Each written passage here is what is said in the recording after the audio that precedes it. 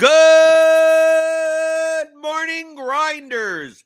Welcome to the DFS pregame show here on RotoGrinders. I'm Jordan Cooper, a.k.a. BlenderEd, Blender HD, if you want to follow me on Twitter. And it's Monday, November 7th. And you know what we do on Mondays? We bring in James McCool, Mondays with McCool. He's the co-author with me on the Theory of Daily Fantasy Sports.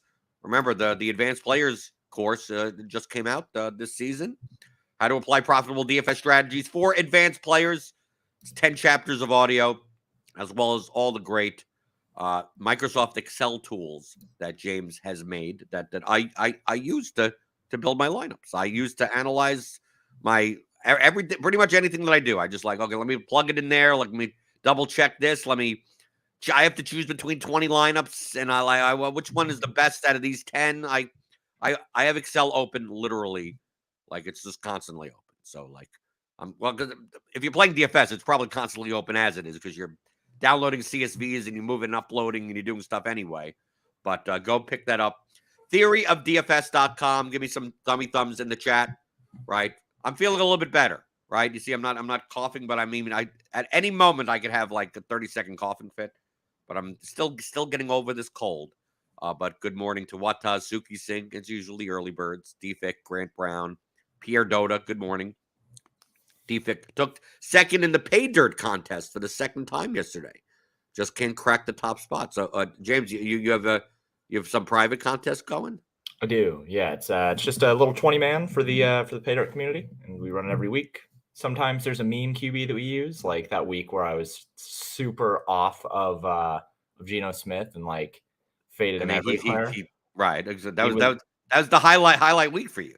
Yeah, that was a highlight week. That week defined my season, which is just tragic. But anyway, yeah, it would have been funny if you did that again and you're like, oh my God, everyone's playing Justin Fields.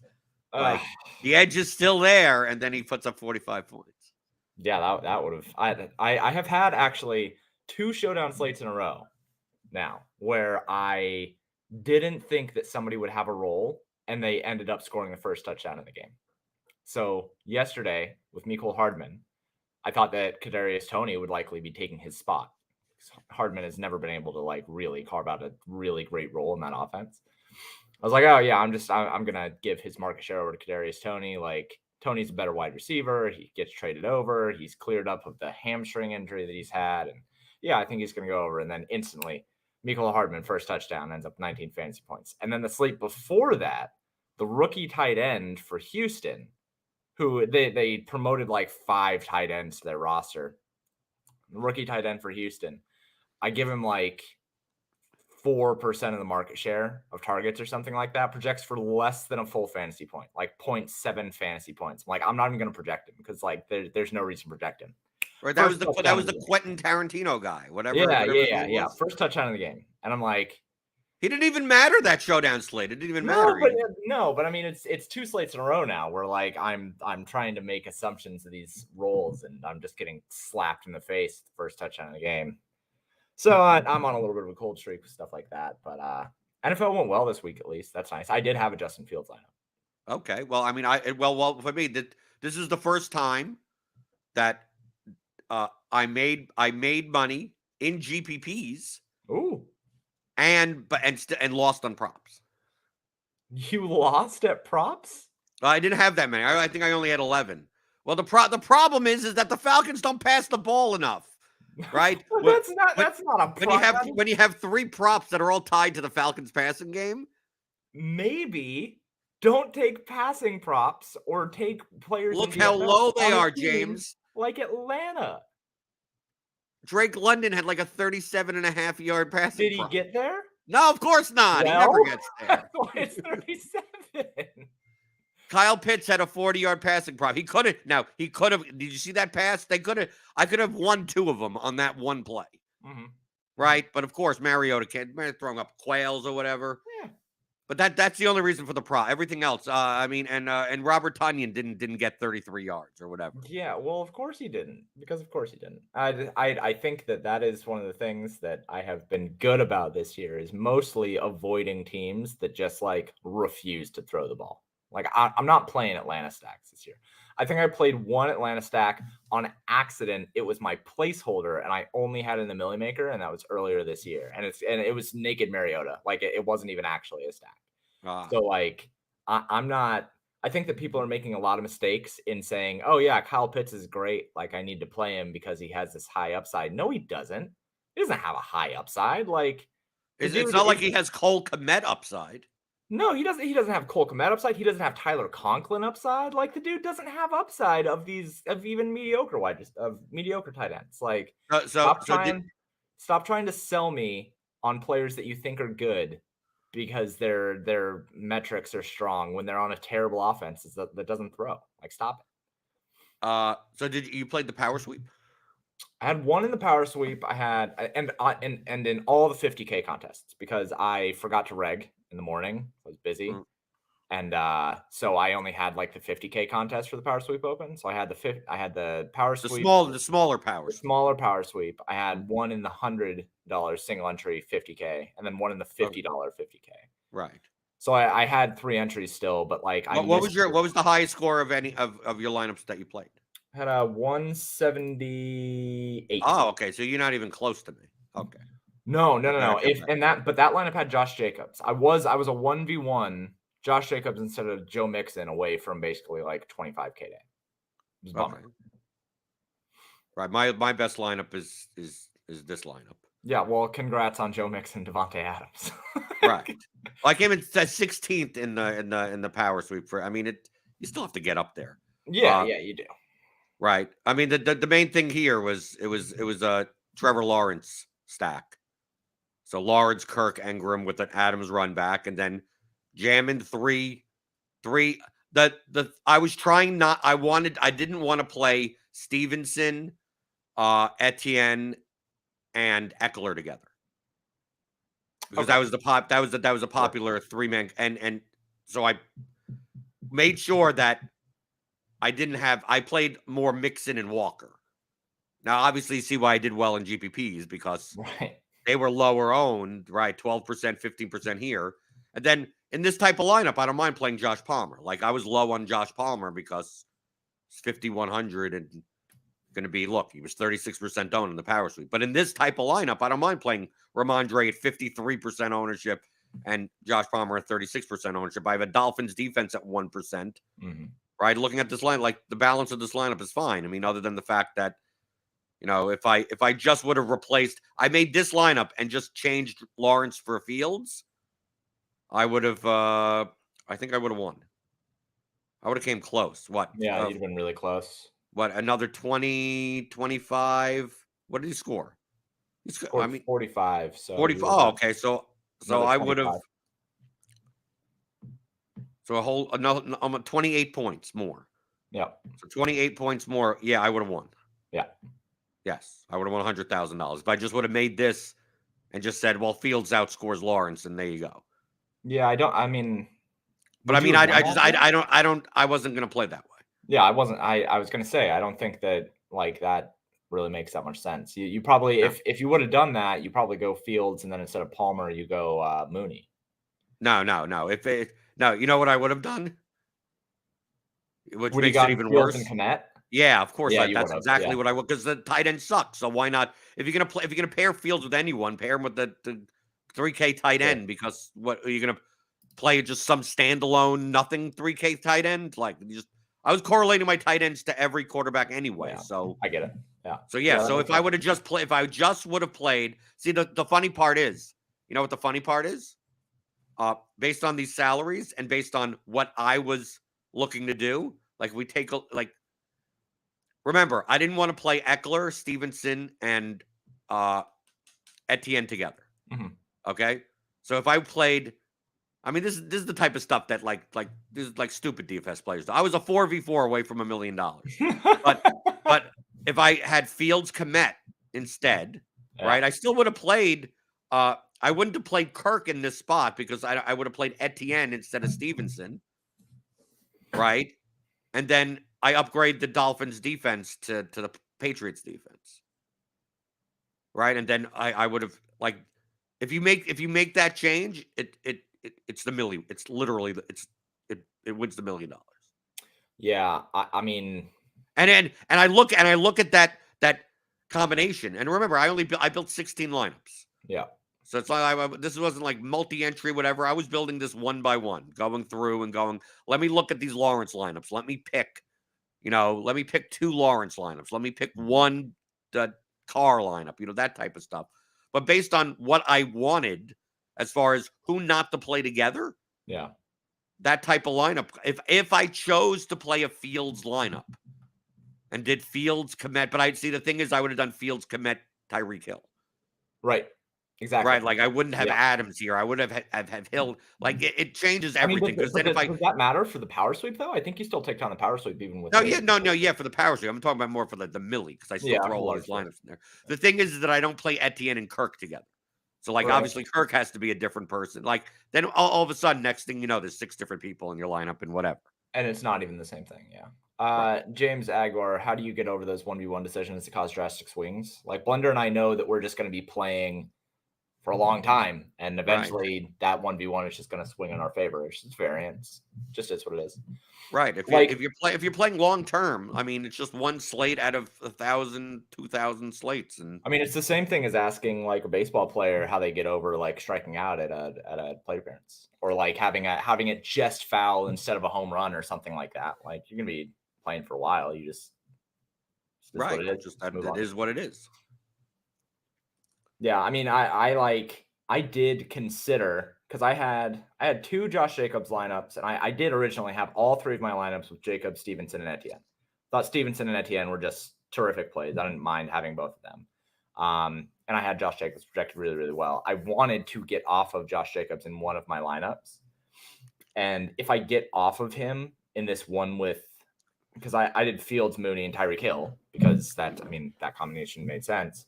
If I get off of him in that lineup and go down to Mixon, like I think I come in like 5th in the $100 single entry, which would have been great. If I do that in the power sweep, I end up winning the power sweep.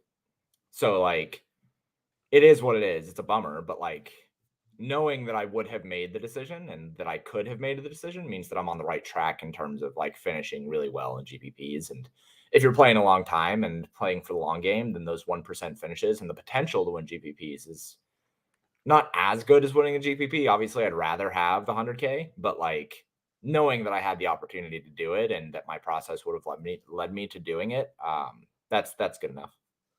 Yeah, I played a lot of Bengals yesterday. Just everything went to Mixon. I was so tilted. I was so. I'm showing this right on my screen. I mean, these are the 16 lineups that I played. I mean, I'm just completely transparent of, building these lineups. So like, if you took a look at my exposures of like, oh, who are your top running backs? It's like, well, Stevenson, Walker, Etienne, and Mixon. Like, yeah, but I also had 5 Aaron Jones lineups: Eckler, Jacobs, Foreman, and then like wide receiver wise, like I had 4 T Higgins lineups. Devontae Adams and 4 line. Like if you take a look at what I was targeting, like outside of the Bears Dolphins game, which I had like none of. Like I'm happy with what I'm happy. Look, dude, I thought the Bengals were underowned. They're facing the Panthers, and people are like, oh, the Bengals are bad now. It's like, who says? Who says that Joe Burrow can't throw for 400 yards? Like, why not? Yeah. I mean, just that he threw it all to Mixon. Ago. And the same thing for Mixon, though. Like, Mixon's not good. And then you have you talk to Cardi, right? If you listen to the Blitz show, right, here on RotoGrinders, if you're a premium member, like, you learn stuff about statistics, like NFL statistics, that running back efficiency is not a predictive type of thing. Like, there are outlier people, right? There are the Chubbs. Jamal Charles. There are the Henrys. Yeah. Types of things. But in general, it's primarily tied to opportunity. So the fact that Mixon was still getting the the highest percentage of his team's rushing share and essentially all of the red zone work, the fact that he had 0 touchdowns doesn't mean that, oh, he's bad. It just means the same thing that what you said with James in the 1v1 of like, he was just getting unlucky with 1v1s, a couple of slates in a row. Yeah. And then, of course, he gets his entire touchdown regression in one game. And I want to point something out here really quick that like even though obviously this is like a 101st percentile outcome, right? Like this kind of thing doesn't happen. It's the 7th highest fantasy score in NFL history. It's like a once in a decade thing, right? Like this is the literal top outcome that he could have possibly had. I want to point out that when you're dealing with, and we'll talk a little bit more about statistics here, when you're dealing with non-binomial distributions and completely random variations with things like touchdowns,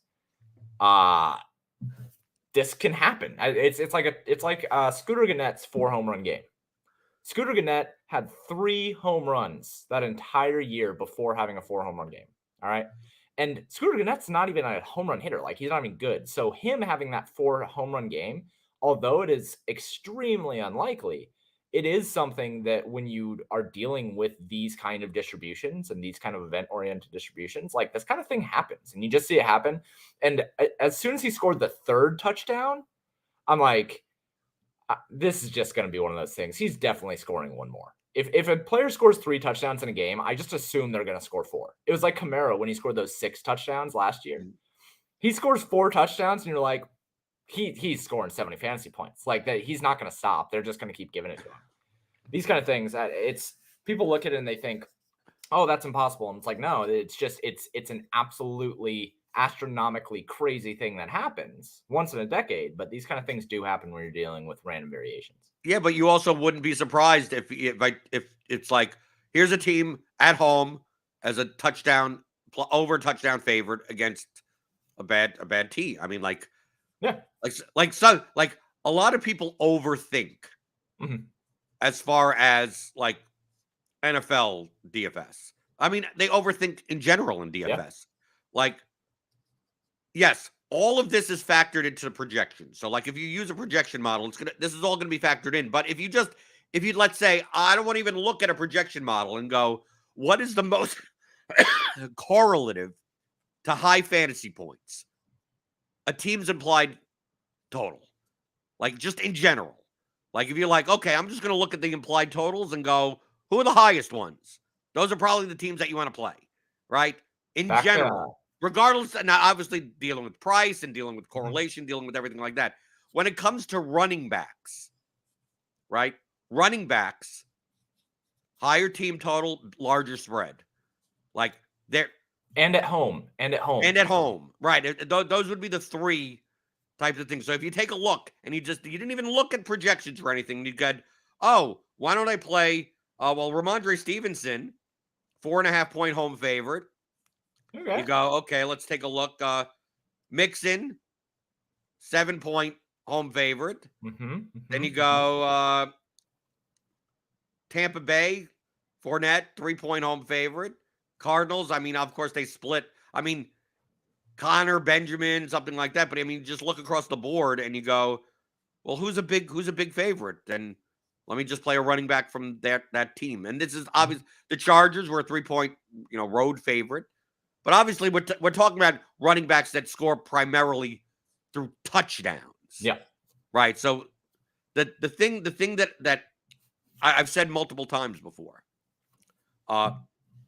and people have asked, especially like the Game Theory channel, the Discord. Feel free to join premium and sign up for our Discord. I have a special channel that I'm not looking to stack or play teams that aren't going to score touchdowns. Right. I want them to score a lot of touchdowns. I don't care about the yards. I don't care about the targets. Like in general, when people, because I'll still get this every single week, James. Why don't we play the 7 point dog, because they're going to be throwing a lot. It's like okay, they're going to be throwing a lot. How many touchdowns are they going to score? Their team total is 14. Right. How many tell me how many touchdowns you. It's like, well, what happens if he throws for 300 yards? I go, well, you're not going to win a GPP because I'm going to have a quarterback that threw for 304 touchdowns instead of 1 touchdown. I care about the touchdowns. It's harder to predict the touchdowns, but it's most likely to come by teams that are better than one another.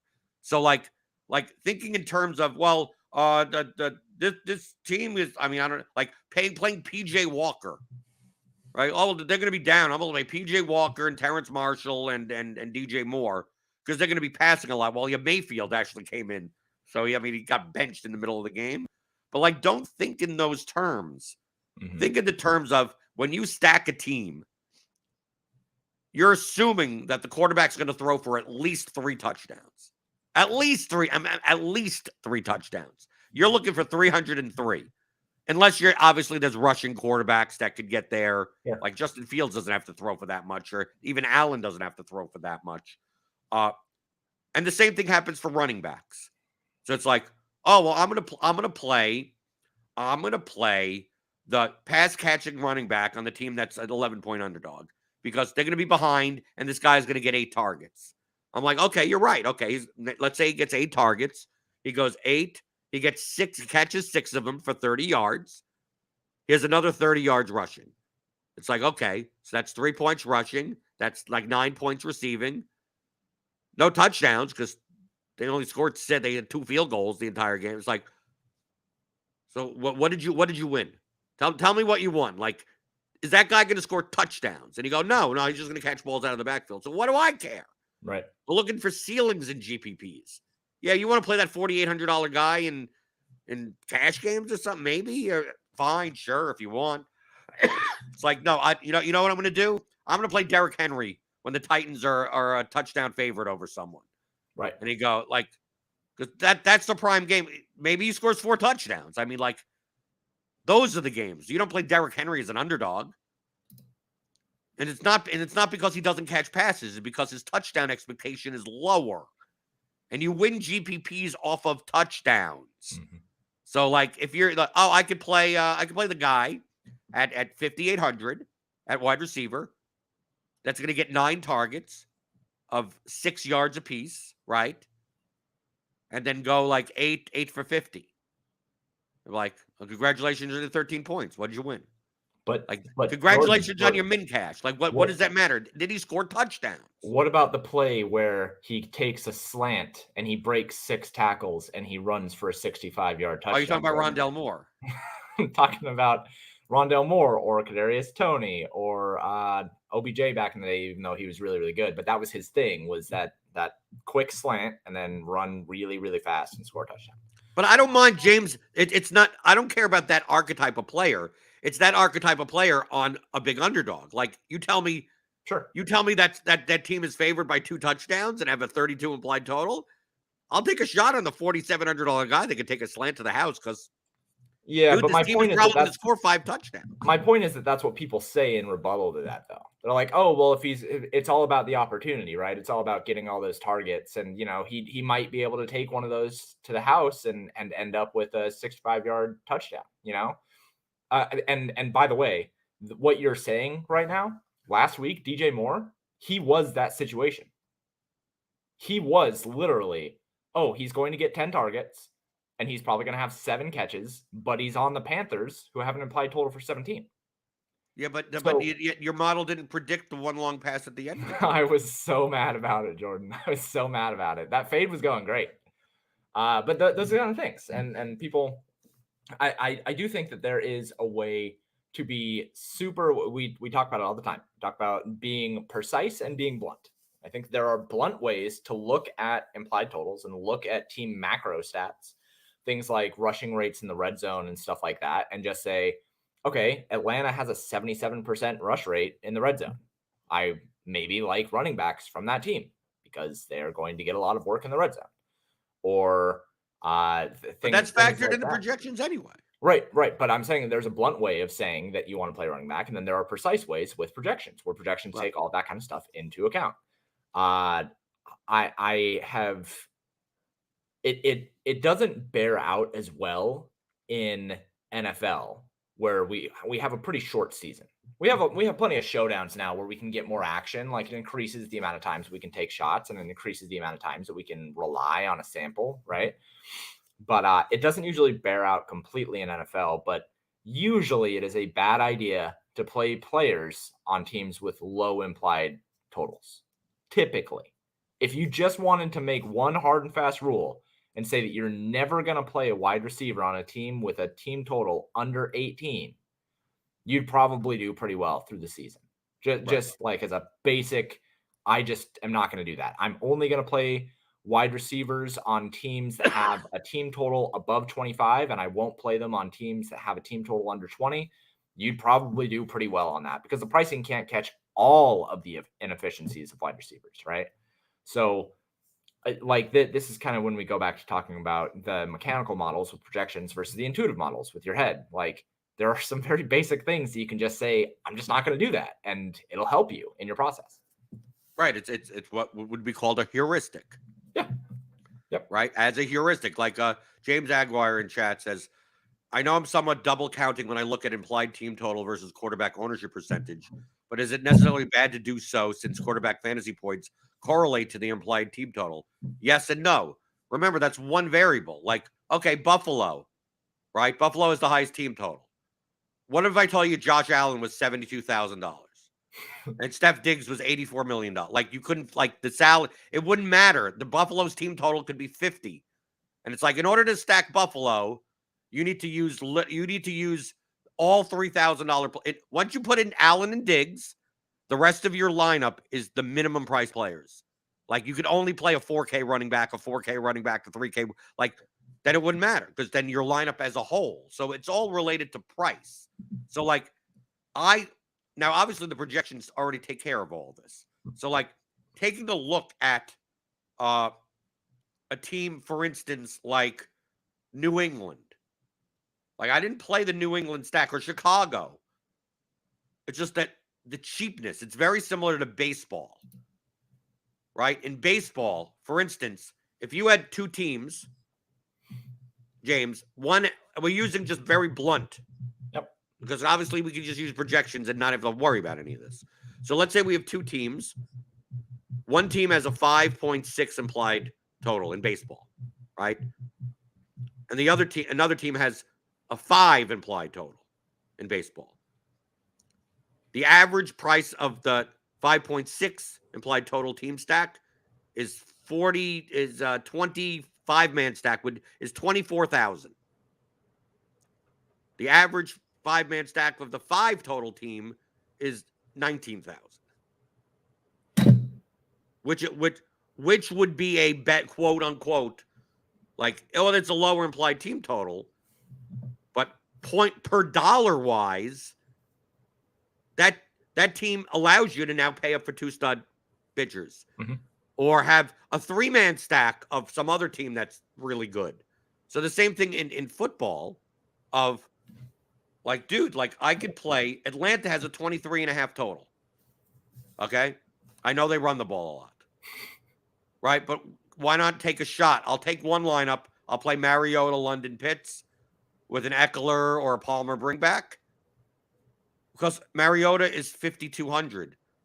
London was 4,900. Pitts was 4,500. Like, and then once you put like, even if you play Palmer, it's even cheaper. But I mean, now you have the money to pay for Eckler.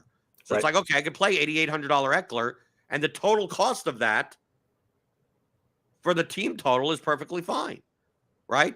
Buffalo, Allen plus, imagine playing Allen plus Diggs plus Davis. Like Davis is 69. I mean, it's extremely expensive. And they have a 28 implied total. Wouldn't I rather, like the Chargers stack of Herbert, Palmer, Everett is that's a 26 total. It's only 2 points lower implied team total. And you get more fantasy points for the dollar. Now I could play a one-off Tyreek Hill. Now I can play a one-off Devontae Adams. You have the access to make better lineups. So it's not just the implied team total versus ownership. It's also what the price of the players are. Yeah, and going back to that with the idea of Atlanta here, like earlier when I was like, you can't play players from Atlanta, stop trying to sell me on Pitt. It's like, I'm going to burn one, James. Dude, I'm so invested. I know you are.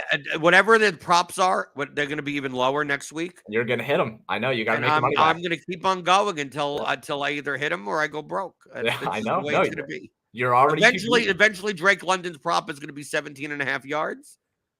And I'm going to get it. Dude. I don't care if it takes that. Dude, in the Discord, I saw some of this. I agree with some of the stuff. He got 7 targets.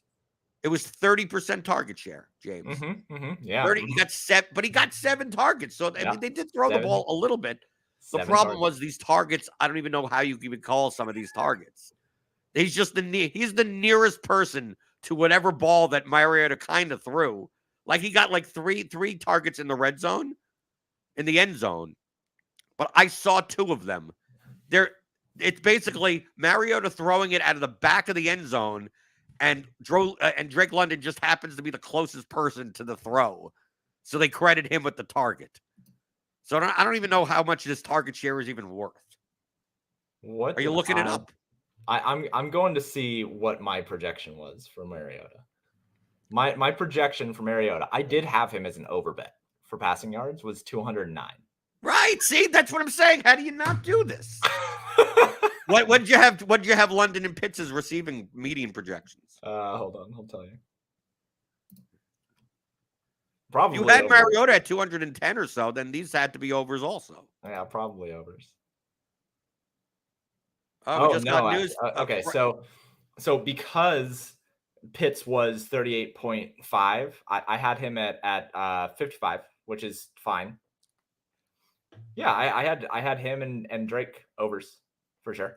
Right? See, I'm not stupid. Yep, I had them as overs. The Colts just fired Frank Reich. The Colts did? Yep. Wow. Why? That's what happens when you don't play Matt Ryan. Dude, what a joke of a franchise.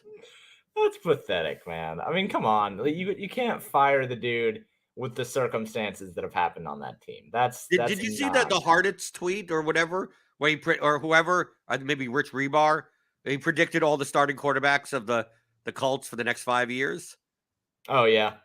When it shows like, okay, next it's going to be Matthew Stafford, and then it's going to be Kirk Cousins, then it's going to be whatever washed up, whoever gets old enough to be like a 40-year-old statue quarterback that is inefficient, like that's going to be the Colts quarterback. Granted, yeah, like they never should have gotten Matt Ryan. That was dumb in the first place. I get it. Like, but what did you expect Reich to be able to do with this offense in this condition? I think Frank Reich has done okay in terms of the way that he has handled utilizing Jonathan Taylor and like the good talent that he has on that offense. But there's like Michael Pittman and Jonathan Taylor, and then but Taylor's injured. Right. So like what are you gonna do? They had that one game where Michael Pittman didn't play and their top wide receiver was Paris Campbell. Like what do you want him to do? What do you want him to do? That's so silly. Who has a worse offense though? The Colts or the Titans? I mean, did you see that game yesterday? Right? They're the same offense, right? No. The Colts can. Sam Ellinger can actually throw the ball. Malik Willis seriously looks lost. Okay, that's fair. Dude. Yesterday, no wide receiver caught a ball. No, I know. I saw that. That's none. Crazy. Zero. And basically their game plan was just give it to Derrick Henry every play. And obviously that may work in the beginning where they're like, well, maybe they're going to mix it up. And then eventually the defense is like, oh no, they're really not going to mix. They're really just going to give him the ball every play. So by the second half, they got like, dude, they had their last 10 drives resulted, I think, in 10 yards of offense. Yeah, I believe total. Look, I do think that probably Sam Ellinger is better right now than Malik Willis. I don't really have like a full opinion on 3 weeks of play and 2 weeks of play. Like I don't know, but I think that in terms of the offense, it's the same offense. It's just like, here's our star running back that we're gonna try to force feed the ball, who's very, very good and very, very efficient, and we have a quarterback who just basically needs to not be tragically bad, and maybe we'll win some games. Like the difference is between those two teams, probably the defense, where the Titans defense considerably worse than the Colts defense. But like, I don't know, they're both the same offense to me. I think they're both the same offense. I don't think they're the same offense. I think that they are the same offense with Ellinger being a better quarterback than Malik Willis. Is that fair to say? Well, is Pittman better than Woods? Woods has been really, really good for like years. Yeah, but I think the secondary stuff, I think I'd much rather have Paris Campbell and Alec Pierce and I think I'd rather have Alec Pierce than Nick Westbrook-Ikhine. Right. The Titans' secondary receivers are just awful. But I don't know that the Colts secondary wide receivers are good either. I think both teams are bad. I don't think that Frank Reich should have been fired. That's kind of silly. But we see this kind of stuff.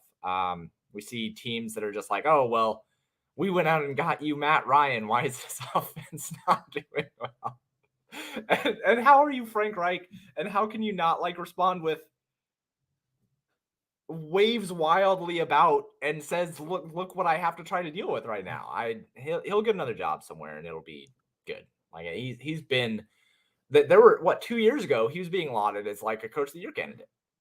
You want to tell me that he's like regressed this far in 2 years? Well, I think we have to get rid of a lot of these coaches anyway. I agree with that. Be nice to see. It'd be nice to see some head coaches in there, like where most of the NFL coaches are in their 30s. Mm-hmm. Yeah, well, I mean, we see that the good coaches right now are all like younger guys that don't idolize defenses. Like that's just what we see. Or don't idolize like this is the way it's always been. Yeah. Like that they're not the good old boys of the league, and they're willing to shake things up. And like Mike McDaniels has Tyreek Hill ready to break Calvin Johnson's receiving yards record. Like that kind of thing. How do you look at what he is doing? Maybe that's what they're saying. Maybe they were just like, look at what Mike McDaniels is able to do over there in Miami. Why can you not have an offensive mindset? Maybe Frank Reich was like, our defense is going to win us games. And they were like, no, that's not the way this league needs to go anymore. I don't know.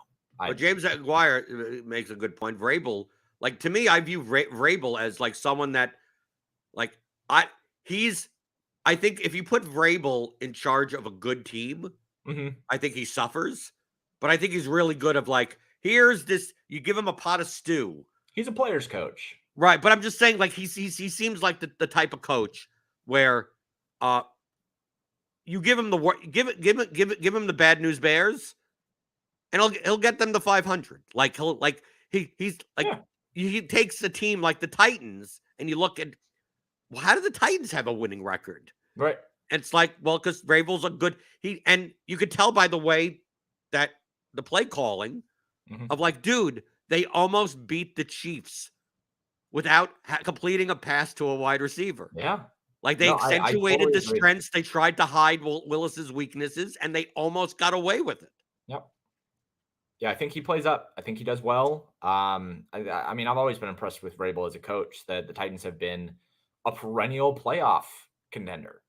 And you look at their roster and you go, how is that possible? They have been like 3 years straight. They have been like a playoff contender, which is crazy. I think he's done well, even as a defensive coach. And that speaks to Vrabel for sure. But even Vrabel, I think that Vrabel would benefit a lot from having like Eric Bieniemy or however you pronounce his name, like the Chiefs offensive coordinator. Like you put him on the Titans, and I think the Titans are like really, really good.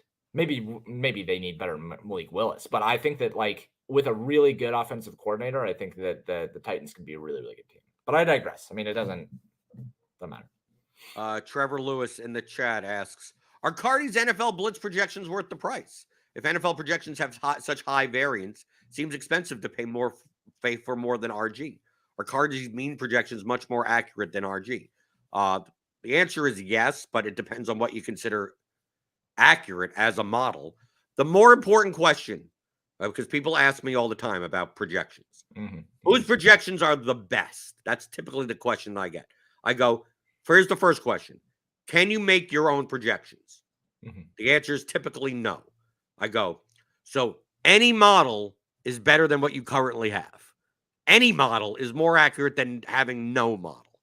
So depending on how much volume you play or anything, or the types of contests that you play, or, how much accuracy do you need R squared extra 0.01 overall? Just get anything. Yeah, sign up for RG and use our projections. Now, understand that Cardi has been, I mean, this is his core competency. I mean, obviously, Jamino and the staff at RotoGrinders, we do models for all the sports, right?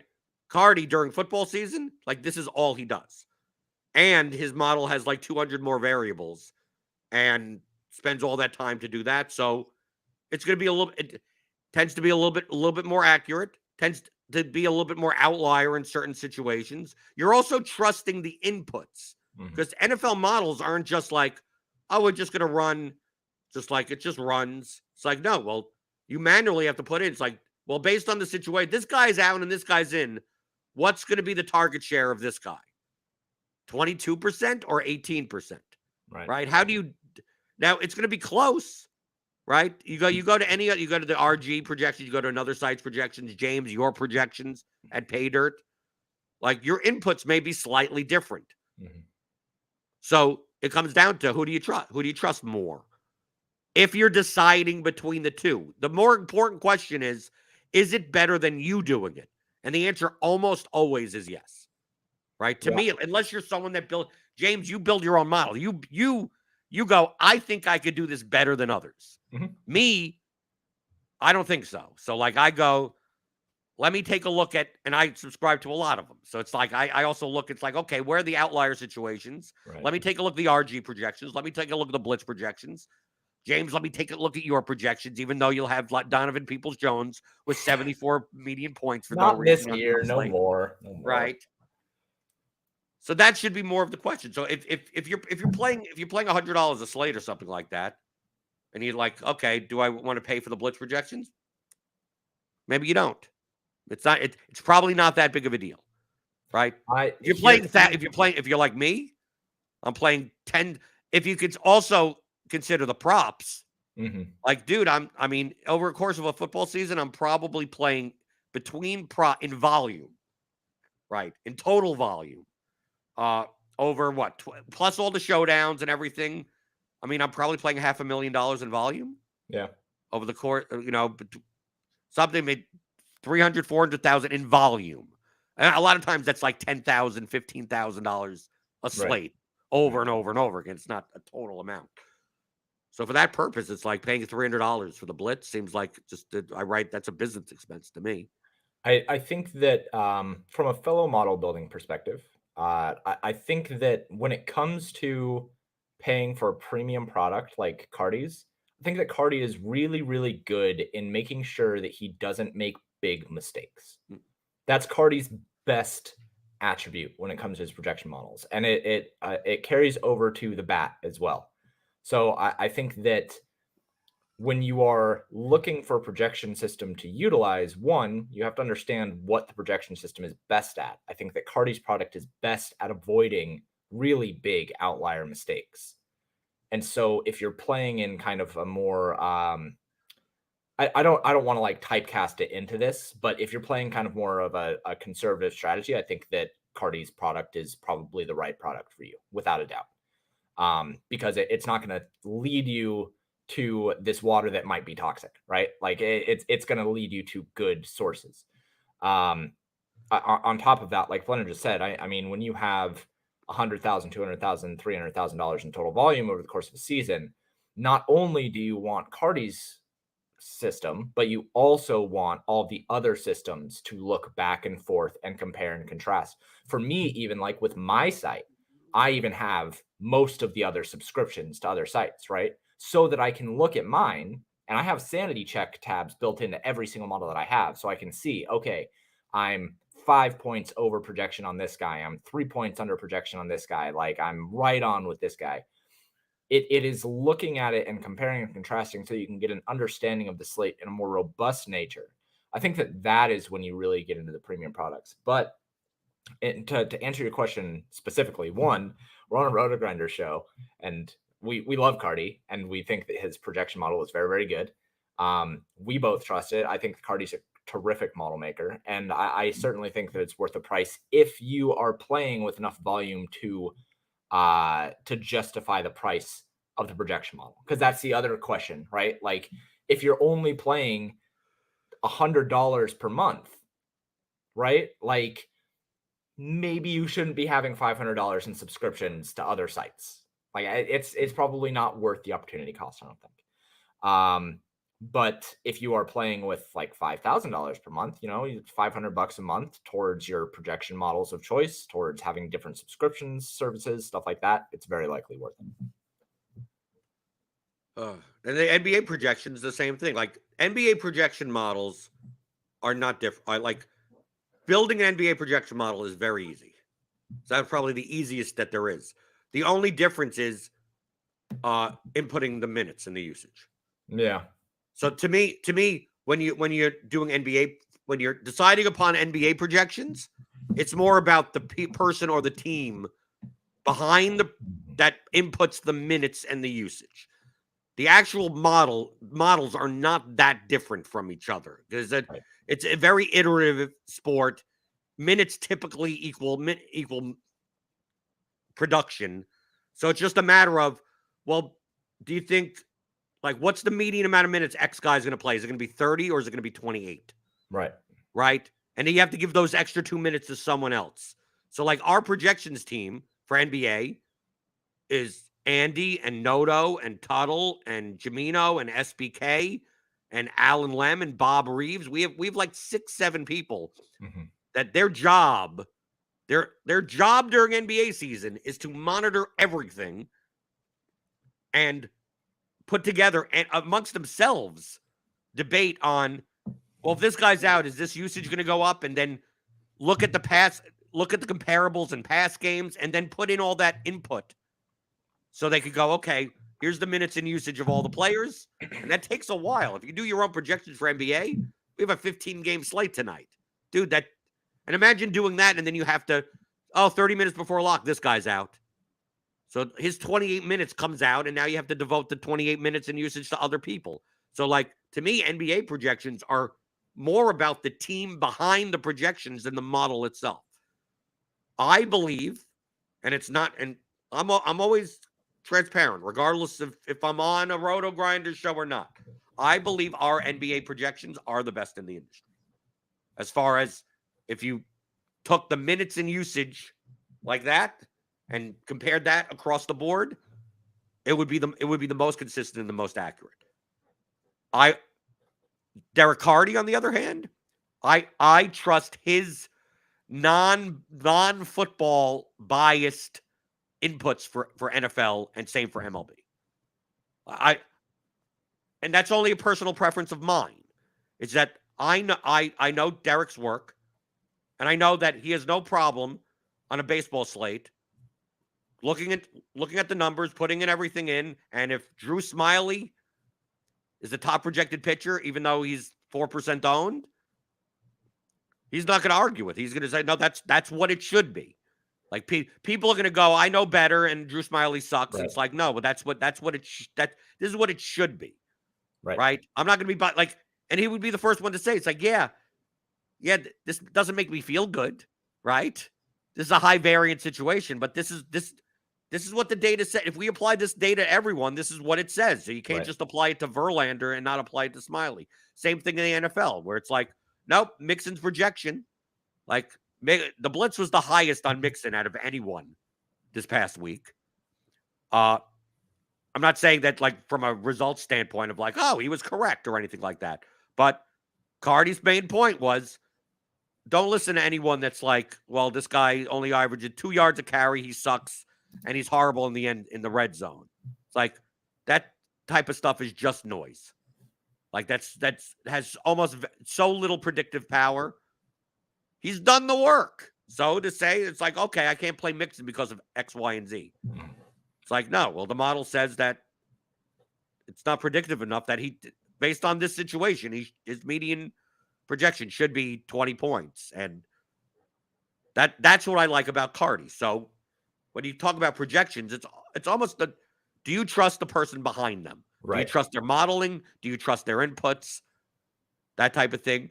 And do you trust them more to me, James, it still comes down to the number one question should be, do you trust them more than yourself? Because if you can't, then it doesn't matter. I have no problem telling you. If you don't like us, Oh, I don't know why you're watching the show if you don't like RotoGrinders. I'd say sign up for RotoGrinders. Use our NBA projections. There are other sites out there that have good NBA projections. Trust me, they do. They have great NBA projections. They may be off 2 minutes here, but there may be a little. We have this guy for 27 minutes. They have him for 31 minutes because they think that the rotation is going to go this way. If you trust their inputs more than ours, then sign up there. That's fine. It's better instead of saying which one is better or whatever. Like it's still. Can you do it? Are you going to spend the 3 hours today going through 30 teams and putting together the minutes and usage with 74 people on the injury report? Because I'm not, right? So as long as someone that knows more than me is doing it, I don't mind using that. Now, once you get into, well, is one a little slightly better than the other?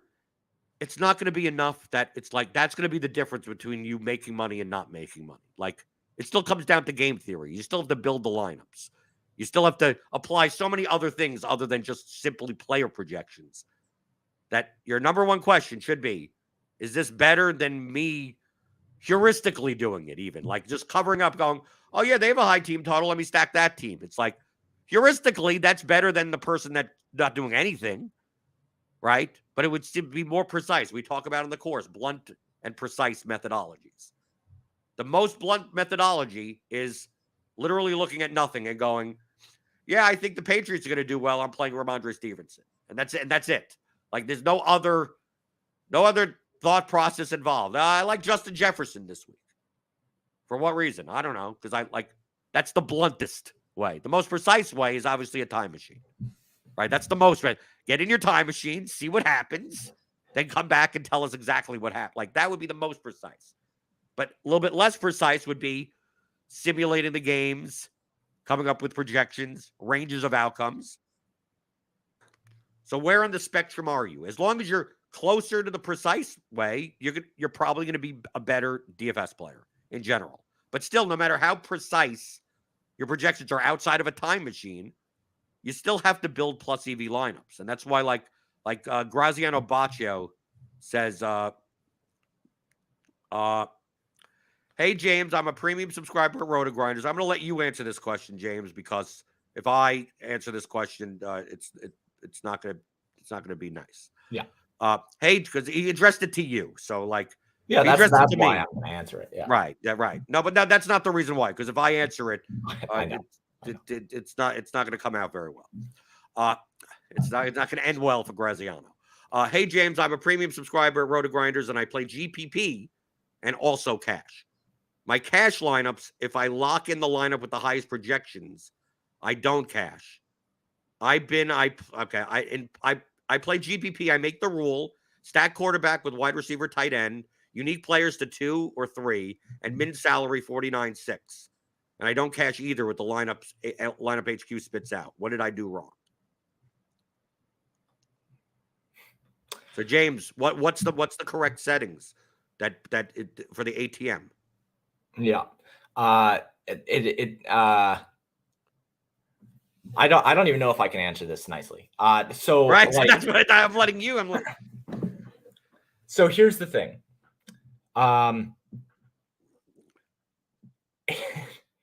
It doesn't matter if you have a calculator if you don't know how to use it. That's the best answer that I can give here, like being nice. But to me, that's not the issue, James. No. I mean, there's a lot of other issues. There are a lot of other issues, but I think the number one, I think you're going too far. The number one issue is not understanding what projections are. Right.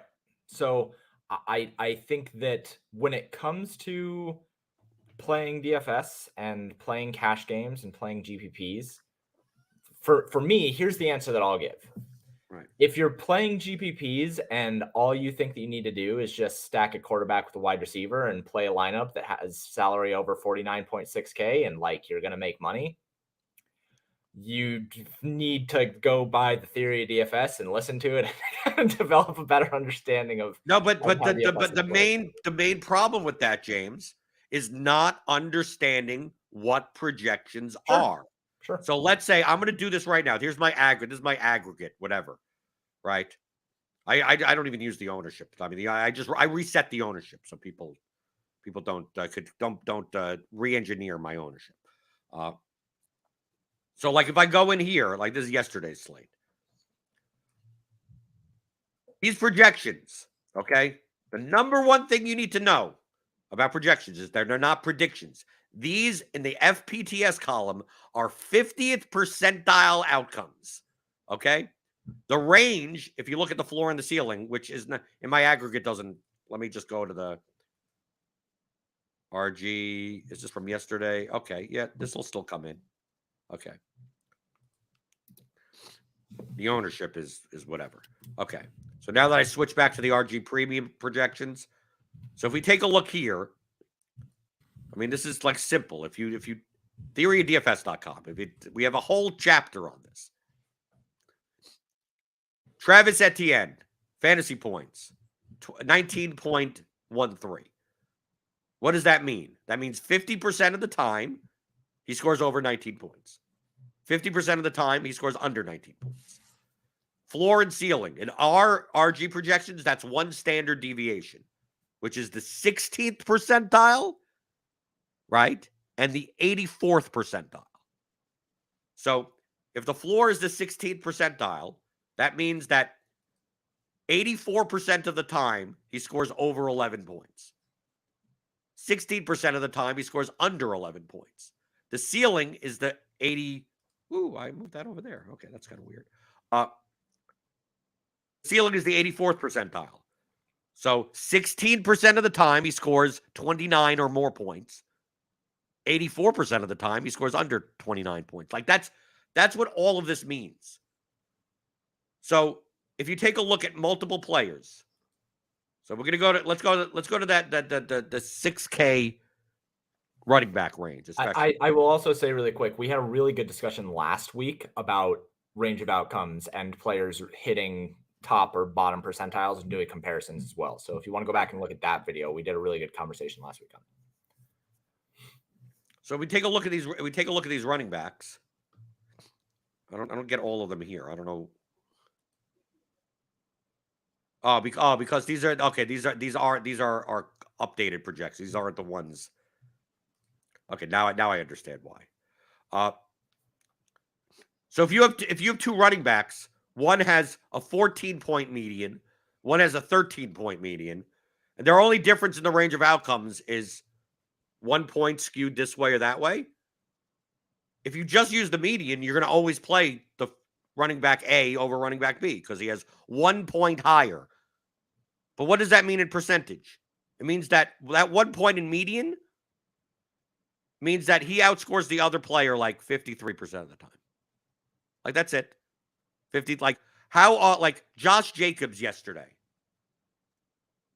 How often, like people played, or like Raheem Mostert. That's a perfect example. People played Etienne and people played Stevenson. And then people barely played Raheem Mostert. Now, Mostert projected for like 4 points lower median than both of those players. So obviously, Stevenson and Etienne outscore Mostert most of the time. But what does most of the time mean? 68% of the time? That's it. Yeah. Right? 70, let's say 70% of the time. One guy is going to be 40% owned, and another guy is going to be 5% owned. So if you just look at the medians, all you're going to be doing is building cash lineups. All you're going to be doing is building high median lineups that are great for 50th percentile outcomes. But it's like, well, how would I have known to play Devontae Adams yesterday? His projection was lower than X, Y, and Z. Yeah, his median projection was lower, but it's just a range of outcomes. That's the middle number on a range of outcomes. How often does Devontae Adams beat out Tyreek Hill? Tyreek Hill has a higher projection, higher median projection, but only by 2 points. What's 2 points? 1 catch for 10 yards. Mm-hmm.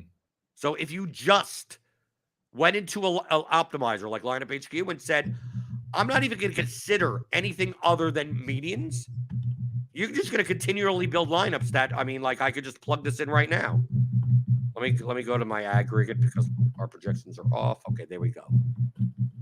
So if I go here, and let's say I do that, and and I say I'm going to pair it up with a wide receiver or tight end.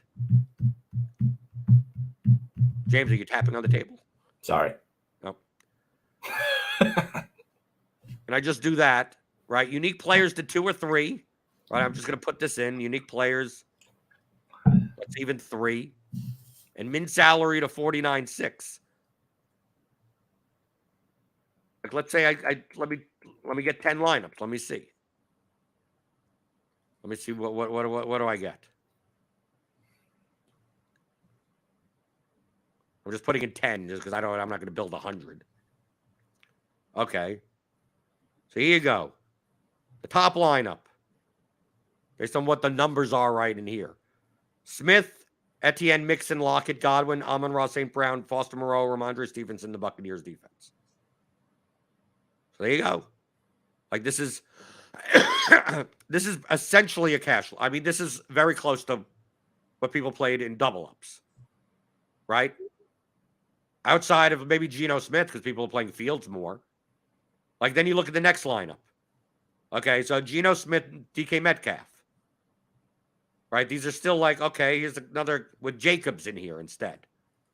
It's like, okay. Here's the next one. Marcus Mariota, Drake London. With Etienne, Mixon, and Stevenson. Right? We take a look. You have Stevenson in 100% of your lineups. You have the Buccaneers defense in 8 out of 10% of your lineups. You have Foster Moreau in 7 out of 10 of your lineups. Like, if you're playing large field GPPs, like, these are awful. I would never play these lineups. They're too owned. Right? They may have decent min cash equity, but you don't make money off the long run. If you're playing very small field stuff, maybe you can play these types of lineups. But, like, why am I getting 100% Ramondre Stevenson? Because he's the highest median projection. It doesn't mean he's going to be the highest scoring running back. How come I'm not getting, like, I look through here and I go, well, what happens if I'm not getting, I get Noah Devontae Adams? Like, yeah, I don't get any Tyreek Hill either, because the running backs all have higher median projections, point per dollar wise, than the wide receivers. So you'd have to sacrifice median projection in order to get those players. But remember, Lineup HQ and any optimizer is just a knapsack problem solver. So whatever's in the FPTS column, it's just going to do that. And then based on the constraints that you put in. But the thing is that median projections aren't like what's going to happen. That's the 50th percentile outcome. Like, if you're aiming for all 50th percentile outcomes, then the median projection matters. And when do you care about that 50 percentiles outcomes? When you're playing contests that pay out at the 50th percentile. That sounds like double ups and 50-50s and head-to-heads. Anything else? Like, dude, you want 80th percentile outcomes. So 20% of the time, Leonard Fournette beats out Ramondre Stevenson. Well, if the ownership difference is more than 5-1, why not take a shot on Fournette instead of Stevenson? Right. Right? But his median is 6 points lower. Like, yeah, his median is. But that's only his median. Like, that's projection is a range of outcomes. We have Fournette in this. I mean, I'm just using the numbers. These aren't the right numbers. But 4 it's to 18. His range of outcomes is 4 to 18.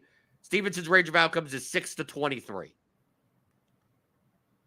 Would it shock you if Stevenson put up 14 and Fournette put up 16? They're still within those ranges, right? But one guy has a median that's higher than. Oh, who cares? You're looking for percentile outcomes. So yes, if you want to build based on the median projection fantasy points, go for it. Those are cash lineups. But your goal in DFS is to get the highest amount of fantasy points for the least amount of ownership. Understand that the highest median projection players are also going to be the highest owned players.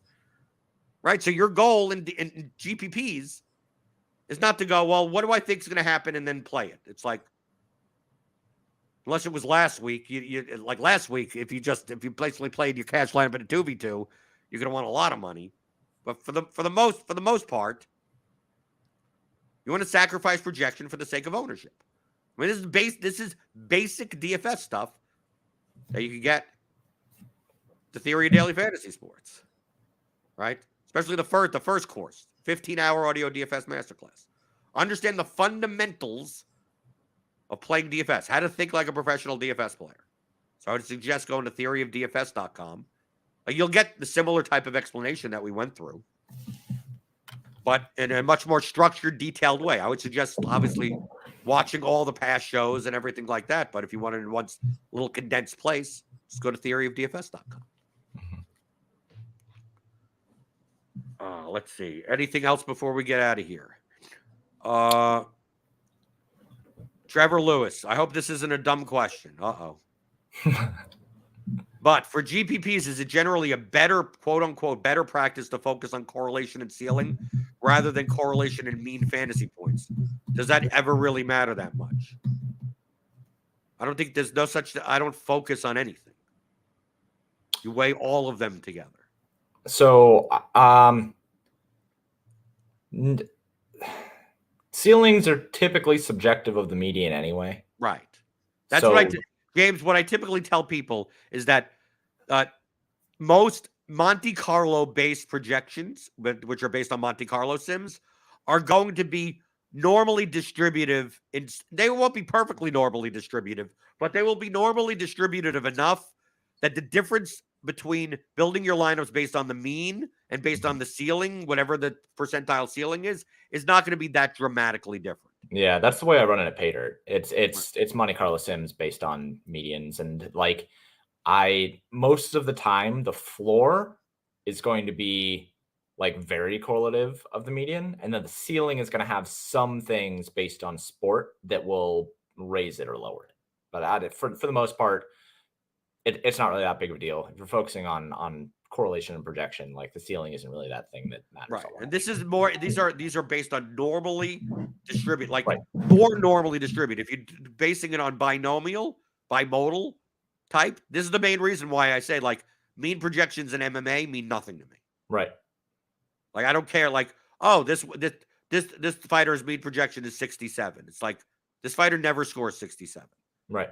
Right. Just like because the curve, if you went by mode, 67 would be one of the least outcomes. It just happens to be in the middle of two big bumps worth of outcomes. So it's like, why do I care about a 67? Like, there are plenty of fighters in MMA that I like.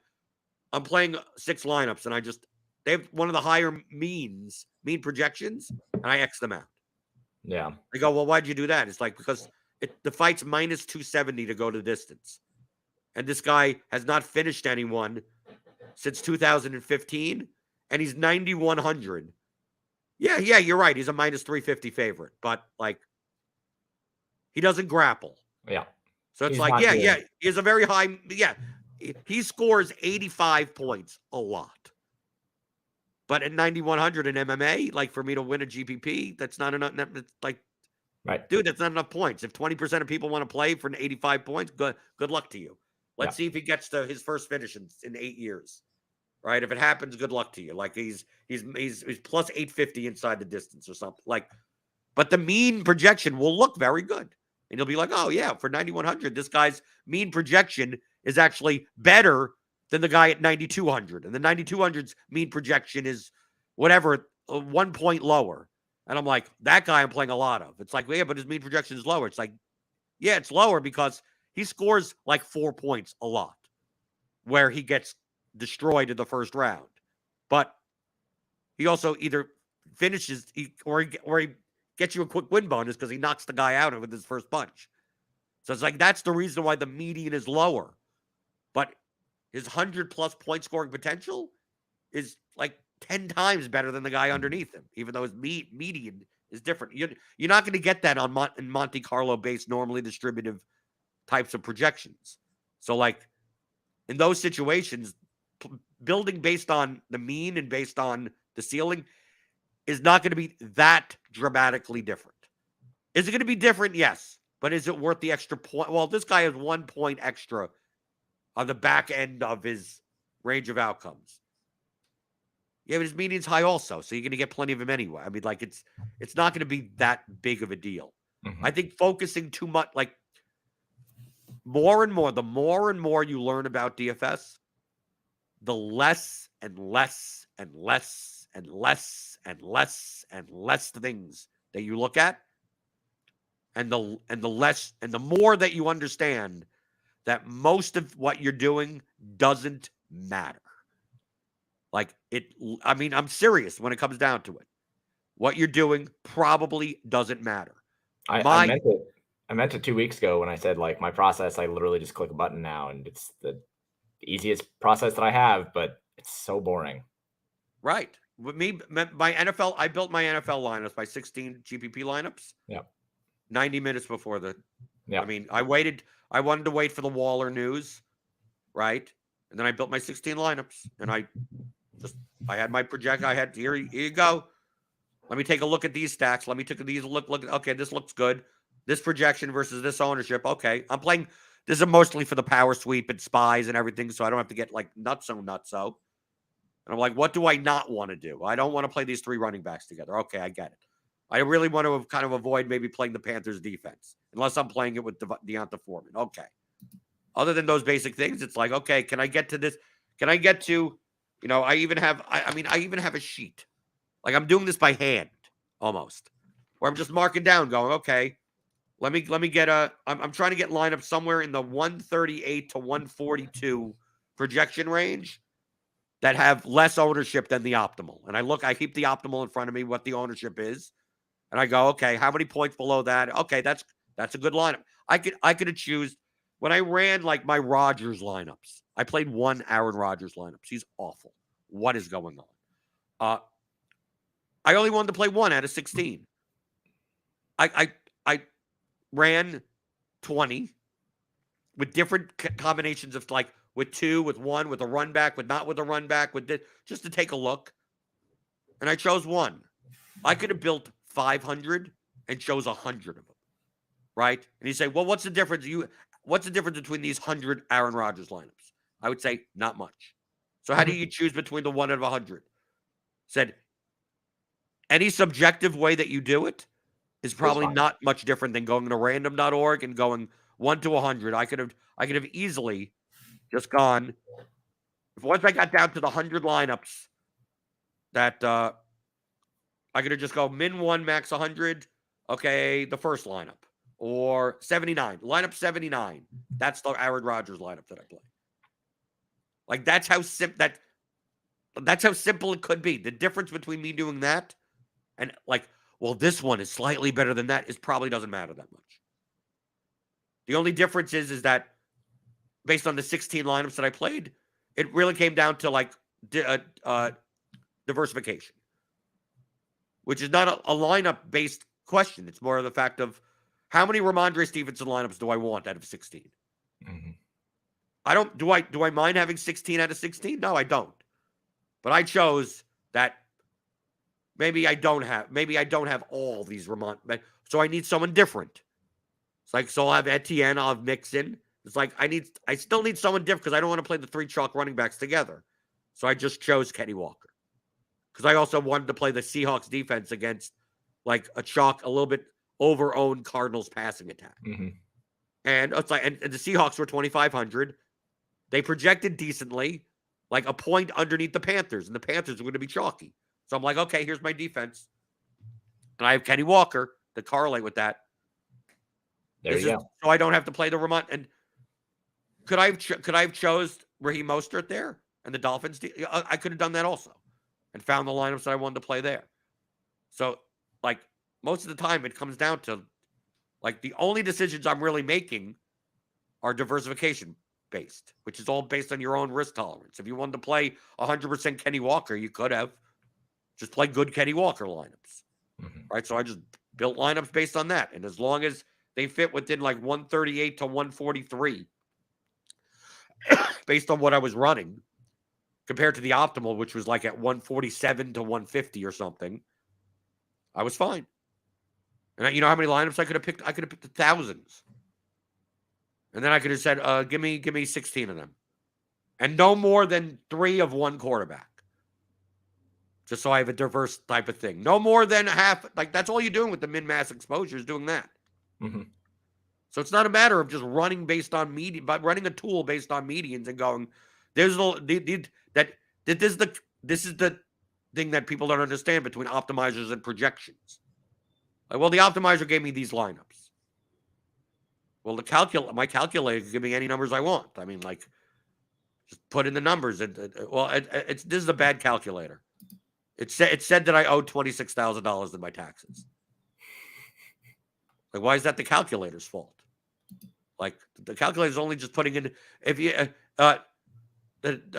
my taxes, I got audited by the IRS, and I'm blaming the calculator. Like, well, did you put in the right numbers? It's like, well, isn't that the calculator's job? It's like, no. It's your job to put in the right numbers and then calculate it one way. And then what happens if I told you the numbers were variable? Right? They were randomly assigned. Well, then it's still not the calculator's fault, but the calculator can't go 2 times one of these numbers from 1 to 100. Like, there's no function on the calculator for it to do that. Right? So you have to put in something.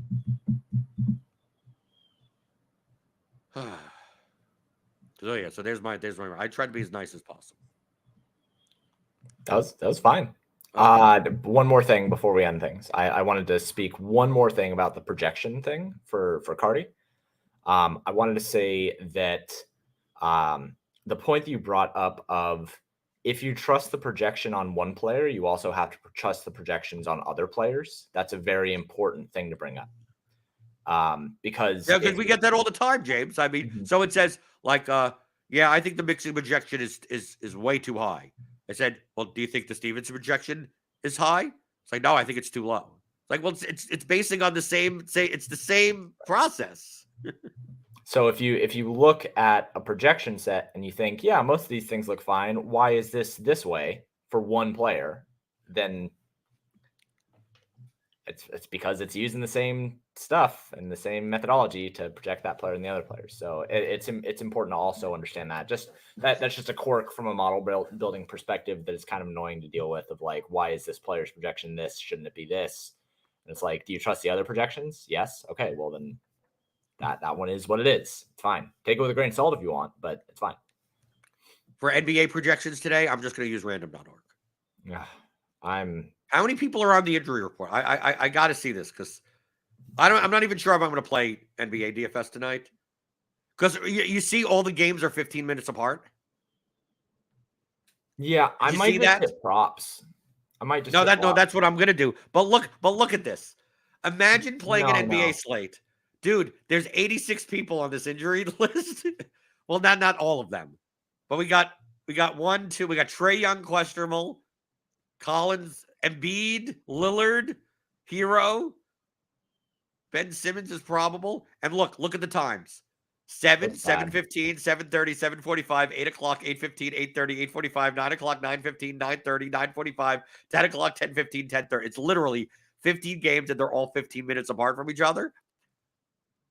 All the lock times like that. This is probably like the most nuts DFS slate in NBA history. It's going to be really bad. Because it's one thing where it's 15 games and like, 5 lock at 7. Yeah. 2 lock at 7:30. Reports for those teams 2 hours before they lock. Right. And you get them all at the same. It's like, okay, there's 4 games that lock at 8 o'clock. And now I don't have to worry about them. It's like, no, you literally have to worry about every game one by one.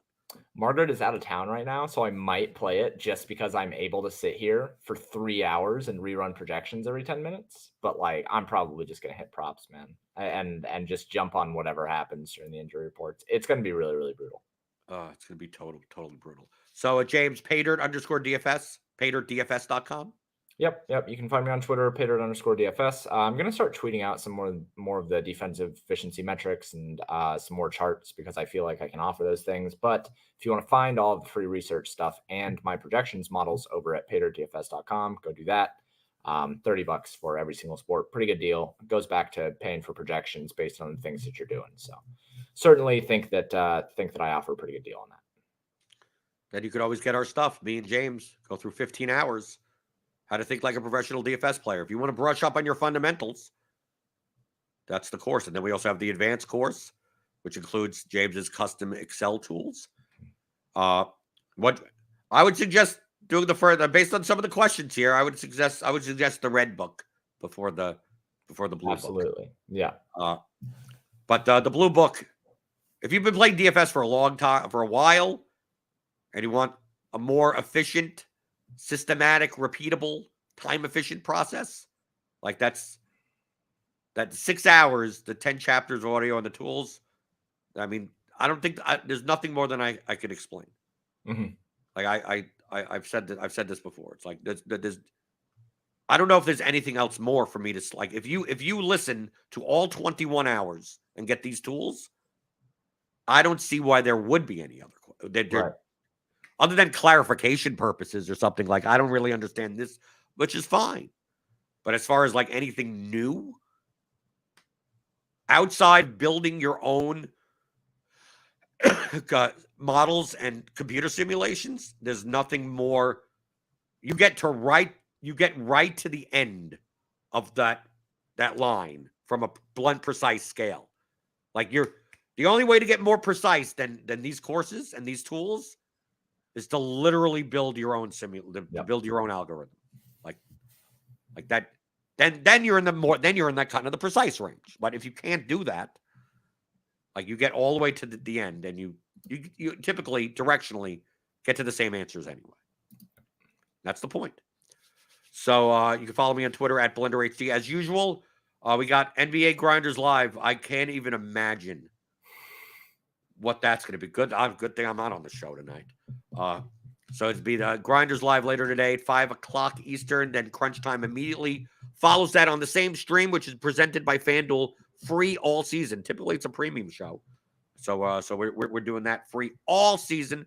They'll be handling all the NBA goodness tonight, and I'll be back tomorrow. Right? I lasted the whole show without really coughing that much, so I should be pretty good. Pretty good. We got Showdown tonight, so there's a pre-lock show at 7:30, 7:45 on the channel. Give me those thumbs ups on your way out the door. Hit that like button, hit the subscribe button, hit the notification bell to know when we go live. You'll see me here, like answering your DFS strategy questions. I tried to. See, I try to be nice as much as I can. Monday through Friday, 11 o'clock Eastern, on the DFS pregame show on RotoGrinders.com.